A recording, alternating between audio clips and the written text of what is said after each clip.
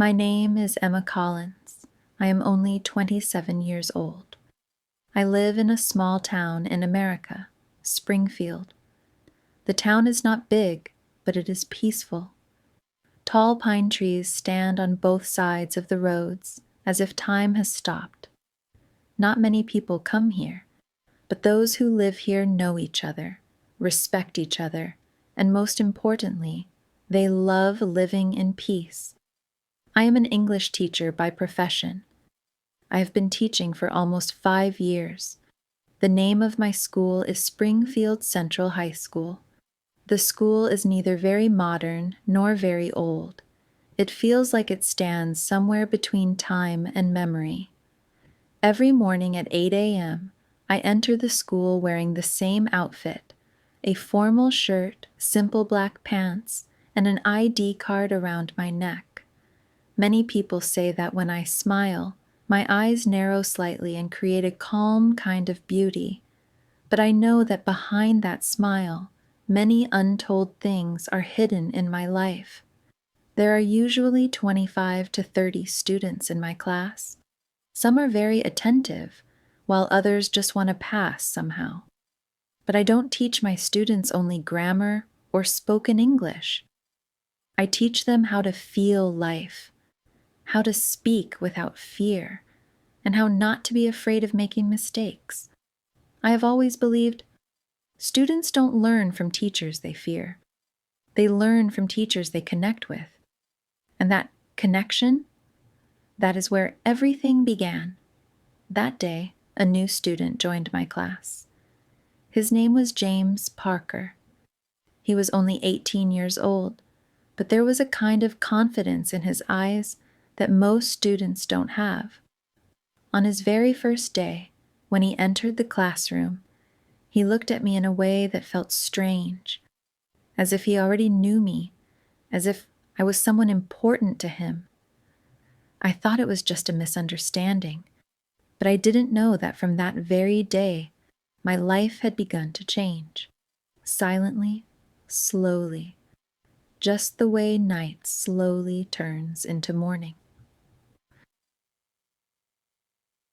2. The first feeling in the beginning of a strange attraction. On the very first day, James caught my attention. Unlike most new students, he wasn't nervous or silent. Instead, there was a deep focus in his eyes, as if he wasn't just listening to my words, but trying to feel them. During the class, I noticed that he didn't look at his phone or get distracted like others. His eyes were always on me, and when he wrote, it felt as though every stroke of his pen carried the meaning of what I was teaching. But at one point, I noticed something else in his eyes, a strange sadness. At first, I thought it was academic pressure, but his gaze told me it was something deeper. I walked closer and asked softly, "James, are you okay?" He didn't answer right away.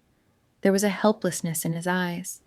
I realized his heart was broken in ways words couldn't explain. At that moment, I decided that I should stand beside him, not just as a teacher, but as a human being. During a break, we sat in the school library and started talking. Slowly, James opened up about his life. His parents were separated. His mother worked in another city, and his father was mostly absent. He had grown up facing many hardships. He struggled to trust people and had difficulty making friends. His eyes reflected every scar of that loneliness. As I listened, I felt amazed. This boy was incredibly strong. He had found strength within himself, despite everything. The realism in his words felt deeper than my own ordinary life experiences. His fragile voice, his lonely struggles, and his broken dreams touched me in a way I couldn't explain. That day, something changed, not just in a teacher-student relationship. I began to see the human side of him. His pain worried me, and his hope attracted me. In every word, I felt a quiet, unexplainable connection. something that couldn't be taught or explained. As we left the library, James smiled and said, "Miss Collins, I think you really understand me. No one ever has before." I smiled and replied, "Maybe because I listen with my heart, not just my ears." That smile, that look, that silent moment, everything together pulled me toward a strange attraction. I didn't know whether it was right or wrong, but feelings don't always follow rules. From that day on, a quiet attraction began to grow, slowly and silently, taking space in my heart. 3. The moment the line began to blur. A few days later, I realized that James's presence no longer brought me peace. When he sat in class, the interest in his eyes drew me toward him. At first, I tried to convince myself, this isn't right. I'm a teacher. He's a student. But every time he looked at me and smiled that strange smile, I couldn't deny my feelings. One day after class, James looked at me and said, "Miss, can you explain this part again? I didn't understand it fully." There was something more than curiosity in his voice. I sat beside him to explain, and our hands almost touched. In that silent moment, a sudden warmth spread through my heart. It surprised me. Still, I reminded myself, "Emma, this is just your responsibility as a teacher." But at night, sitting alone in my room, James kept coming back to my thoughts. His posture, his eyes, the way he spoke. One day, James came to the library to return a book. I was busy, but his presence stopped everything around me. Our eyes met. "Miss, I enjoy your classes," he said softly. "Not just because of English, but because you make it feel alive." I stayed silent. He smiled gently, safely, but I knew that smile carried unspoken attraction. The next day, his gaze felt deeper, as if saying, "I know what you're feeling."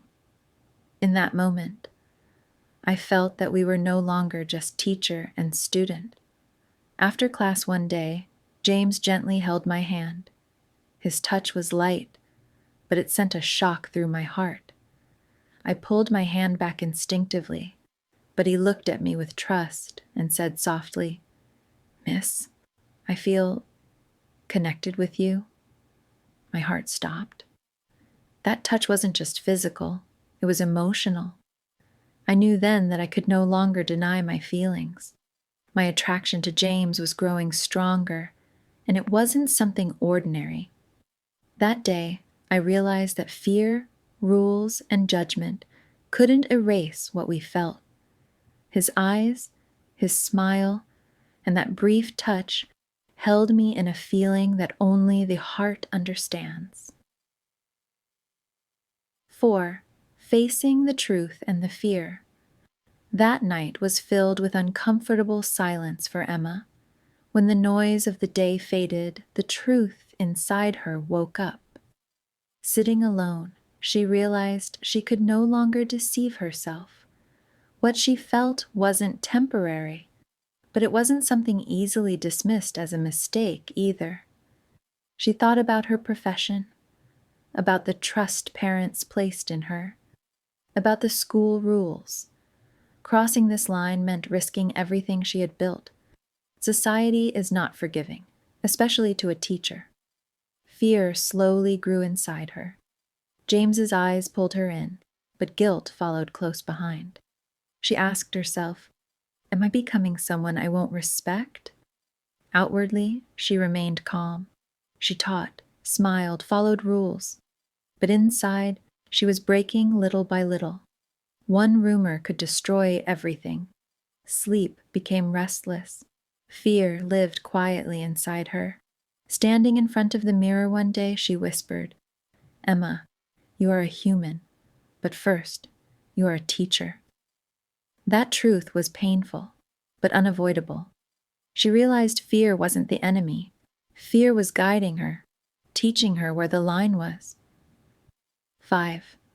Separation and distance. Emma knew the decision couldn't be avoided.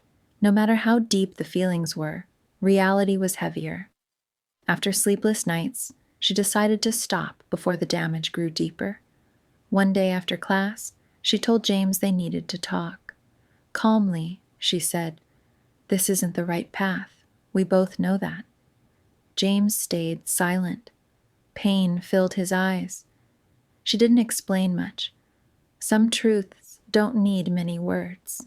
She told him they needed distance, at least until his studies were finished. James nodded slowly. "I understand," he said, though many unspoken feelings remained. They parted without promises, without embraces, only silent understanding. Time passed. Distance became habit. Emma learned that love isn't possession. Sometimes, the greatest proof of love is stepping away. 6.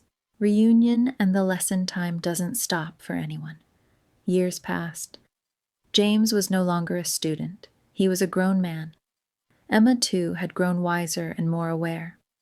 One afternoon, they met unexpectedly. No fear this time. No unrest. Only calm familiarity. They talked about life, work, the future. There were no broken rules now. They stood equal, as two adults. Emma realized that the decision to step away had made this peaceful moment possible.